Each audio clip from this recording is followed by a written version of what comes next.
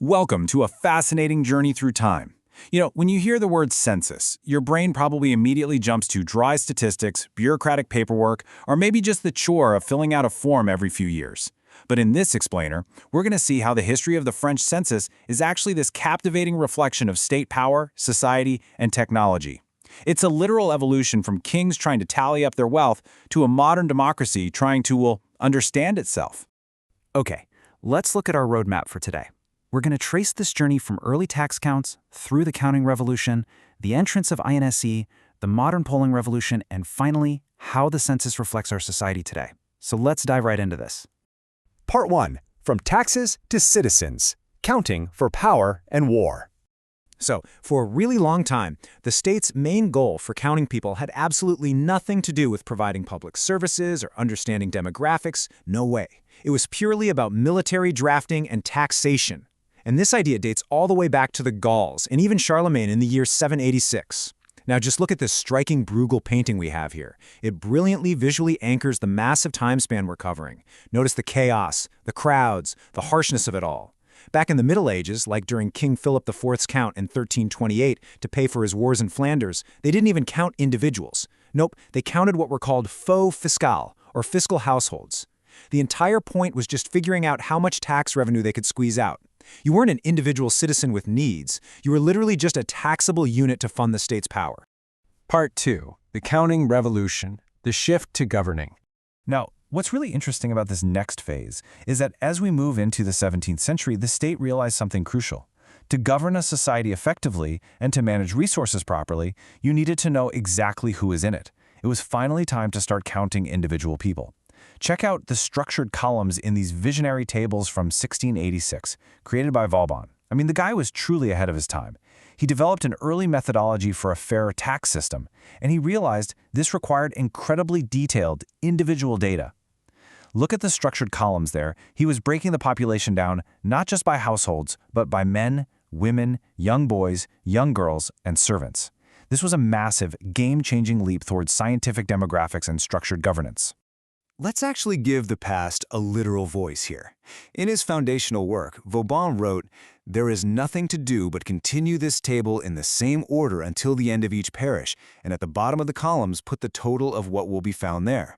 See, he firmly believed that counting the entire population was actually highly feasible in a reasonable amount of time, and deeply, scientifically useful for economic studies.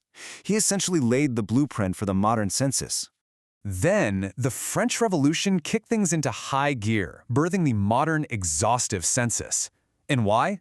Well, because suddenly, with the birth of a republic, they actually needed to accurately count voters for newly created electoral districts. Makes sense, right?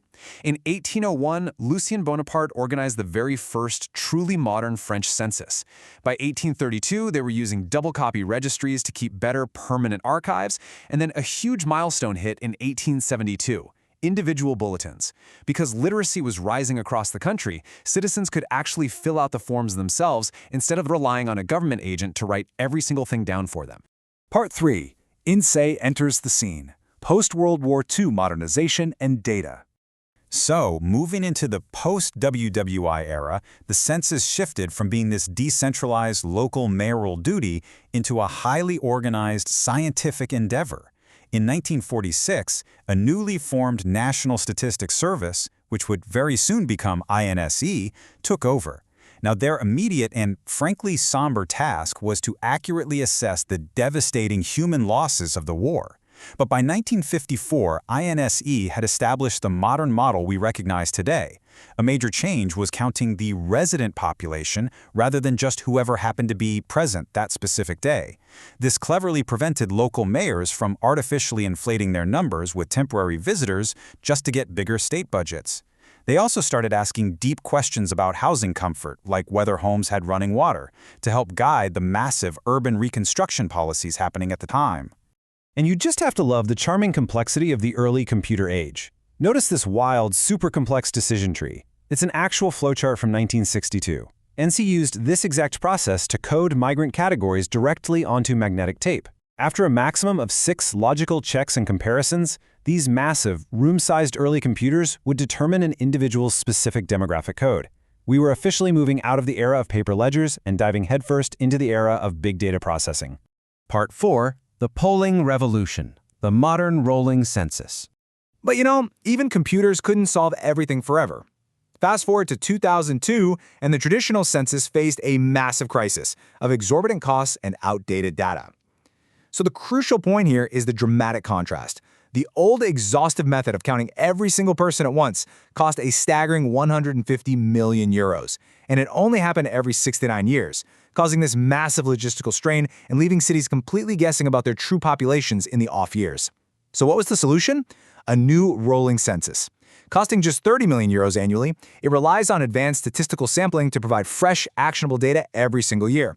It smoothed out the national budget and gave policymakers the real-time insights they so desperately needed. Let's break down the mechanics of this modern sampling system because honestly, the logic behind it is actually quite elegant. For smaller towns, so communes under 10,000 people, they are fully counted, exhaustively, but only once every 5 years on a rotating basis. Now, for larger cities, over 10,000 people, an 8% sample of addresses is surveyed every single year. After 5 years, 40% of that large city has been polled, which statistically speaking is plenty to allow for incredibly accurate extrapolation of the entire population. Rotating these samples maintains really high accuracy without the sheer logistical nightmare of trying to count every single person across the entire country in a single year. Part 5. The reflection of our society. Adapting to the modern citizen. Today, the census is no longer just this rigid tool for state control, military drafts, or basic taxation. Instead, it's become this open data reflection of society itself. It's an instrument that constantly adapts to our new social norms and our changing ways of life. The specific questions on the forms evolve directly alongside our daily habits. For instance, in 2015, statisticians realized they couldn't just ask about two-wheelers anymore. They had to actually split the question to track the massive rise in urban bicycle commuting versus motorized scooters. In 2018, they updated the housing sheet to track complex family links, helping them better understand the living situations of the roughly 4 million minor children living with separated parents. And in 2021, the census showed its humanity by facing its first major modern delay. It was actually pushed back a year due to the COVID-19 pandemic, simply to protect the health of both the agents and the citizens. And this brilliantly illustrates the modern dynamic, public feedback directly shaping state administration. In 2019, social media backlash pointed out that the forms weren't accurately representing modern homoparental family structures because they literally forced respondents to choose a mother and a father. Well, the very next year, in 2020, the census modernized its language, impartially shifting to the inclusive terms Parent 1 and Parent 2.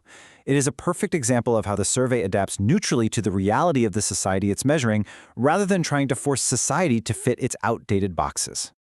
As we wrap up this explainer, I want to leave you with a thought. From medieval tax lists scrawled on parchment, to the early computer flowcharts of the 60s, to today's sophisticated rolling statistical samples, the census has literally never stopped evolving. But what will it look like in the next century? In an era where administrative big data already exists everywhere on servers, and where our privacy concerns are definitely at an all-time high, how will the state continue to count and understand its citizens? It's a fascinating question and one that will undoubtedly define the next chapter in this millennial evolution.